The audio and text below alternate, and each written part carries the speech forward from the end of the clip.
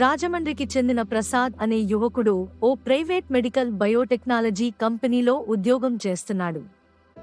ఆన్లైన్లో ఈజీగా డబ్బులు సంపాదించవచ్చు అని ఇంట్లోనే ఉండి వర్క్ చేయవచ్చు. వచ్చిన మెసేజ్లో ఉన్న టెలిగ్రామ్ లింక్ ఓపెన్ చేశాడు.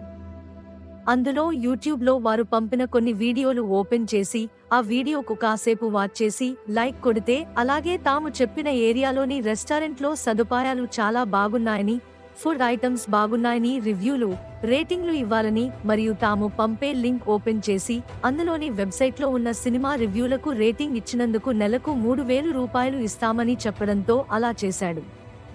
టాస్క్లు కంప్లీట్ చేసిన కొద్ది రోజులకు యాప్లో డబ్బులు పెట్టుబడి పెడితే రెట్టింపు అవుతాయని నమ్మబలకడంతో ప్రసాద్ ఫోన్పే, గూగుల్ పే ద్వారా వారు చెప్పిన నంబర్లకు 7 లక్షల రూపాయలు పంపించాడు.